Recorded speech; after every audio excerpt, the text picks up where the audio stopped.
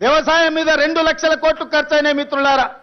కేవలం కాంట్రాక్టర్లకు 2 లక్షల కోట్ల రూపాయల బిల్లులు చెల్లించాడు. మరి 1000 కోట్లతో పూర్తి కావాల్సిన కల్వకుర్తి ఎందుకు ఆగిపోయింది?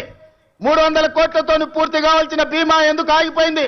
200 కోట్ల రూపాయలతో పూర్తి చేయాల్సిన నెట్టంపాడు ఎందుకు పూర్తి కాలే? ఇవాళ 6-7 వేల కోట్ల రూపాయలతో పూర్తి చేయాల్సిన సీతారామ ప్రాజెక్టు ఎందుకు ఆగిపోయింది? ఇవాళ ప్రతి ప్రాజెక్టు దేవాదుల 12,000 కోట్ల రూపాయలు ఖర్చయినాయి. ఇంకొక 3-4 వేల కోట్ల రూపాయలు ఖర్చు పెడితే ఇవాళ దాదాపుగా 4 లక్షల ఎకరాలకు నీళ్లు వస్తాయి. ఎందుకు పూర్తి చేయలేదని నేను అడుగుతున్నా. ఉమ్మడి రాష్ట్రంలో సమైక్య పాలనలో సీమాంధ్ర పాలకులు ఆనాడు తెలంగాణ సాగునీటి ప్రాజెక్టుల మీద నిర్లక్ష్యం వహించారు. తెలంగాణను ఎడారిగా మార్చిందని చెప్పిన నువ్వు 10 ఏళ్లలో ఏ ఒక్క ప్రాజెక్ట్ అయినా పూర్తి చేసినవా? ప్రాణహిత చేవెళ్ల గాని, పాలమూరు రంగారెడ్డి ఎత్తిపోతలు గాని, కల్వకుర్తి గాని, భీమా గాని, నెట్టంపాడు గాని, కోయిల్ సాగర్ గాని, ఎస్ఎల్బిసి గాని, సీతారామ గాని, రాజీవ్ సాగర్ గాని, ఇందిరా సాగర్ గాని ఏ ఒక్క ప్రాజెక్టు 2 లక్షల కోట్ల రూపాయలు ఖర్చైనా అన్ని ఈ రోజు ఆగిపోయి ఉన్నాయి అనంటే ఈ దుర్మార్గానికి నువ్వు నీ కుటుంబం అవినీతి కాదా అని ఈ రోజు నేను అడుగుతున్న మిత్రులారా.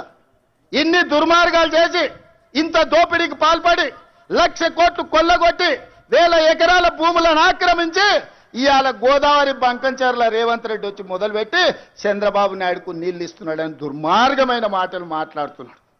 చంద్రబాబు నాయుడుతోనే ఉండాలంటే, చంద్రబాబు నాయుడుతోనే అంటగాగాలంటే అక్కడనే ఉండేటోని కదా. ఈ రాజీవ్ గాంధీ ఆశీర్వాదం తీసుకొని ఇక్కడెందుకు ఉండేటోని చంద్రశేఖర్ రావు?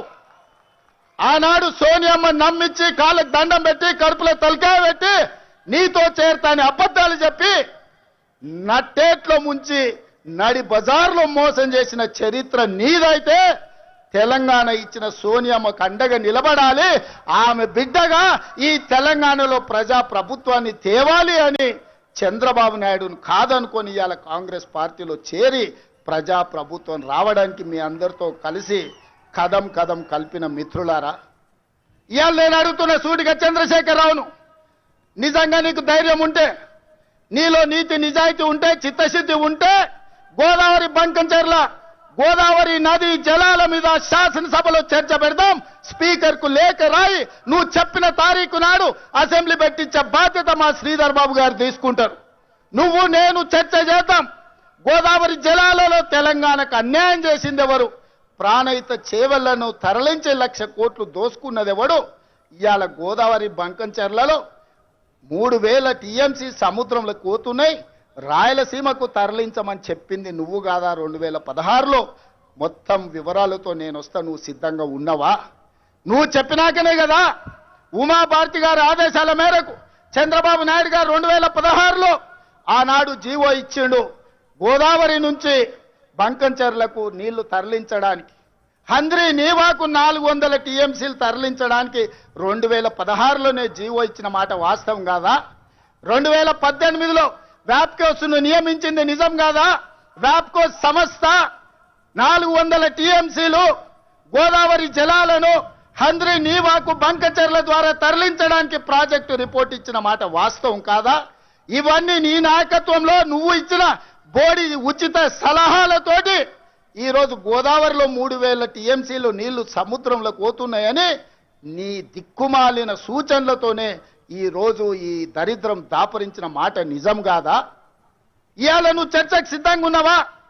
గోదావరి జలాలను రాయలసీమకు తరలించకపోయినని రోజమ్మ పెట్టిన రాగి సంకటి రొయ్యల పులుసు తిని రాయలసీమను రతనాల సీమ చేస్తా అని చెప్పిన చవటవు నువ్వు కాదా అని నేను అడుగుతున్నా.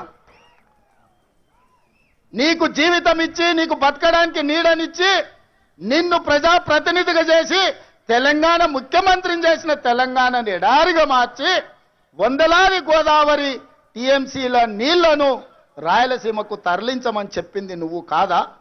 ఇవాళ నువ్వు సిద్ధంగా ఉన్నవా నేను అడుగుతున్న చంద్రశేఖర్ రావు గారు. నీ వంది మాగదులతో మాట్లాడించడం కాదు, నీ శనీశ్వరుడైన అల్లుడితో మాట్లాడించడం కాదు. నేను సిద్ధంగా ఉన్నా.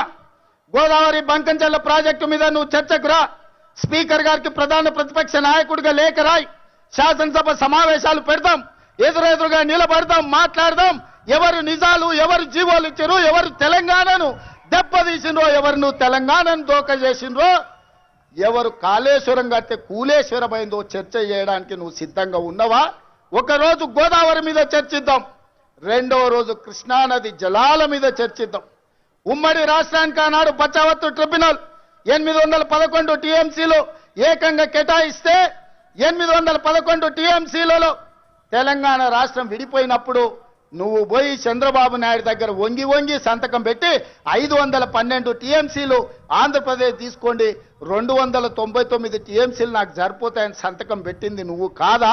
ఇవాళ కాగితాలన్నీ శాసనసభ ముందు పెడతా, నువ్వు చర్చకు సిద్ధంగా ఉన్నవా? 10 ఏళ్లలో ఏ ఒక్కరోజు కూడా కాగితాలు రాసుకొని పంపకాలు చేసుకున్నా 299 టీఎంసీ నీళ్లు ఎన్నడూ వాడలే. 200 టీఎంసీలు కూడా నికరంగా ప్రతి సంవత్సరం వాడలే.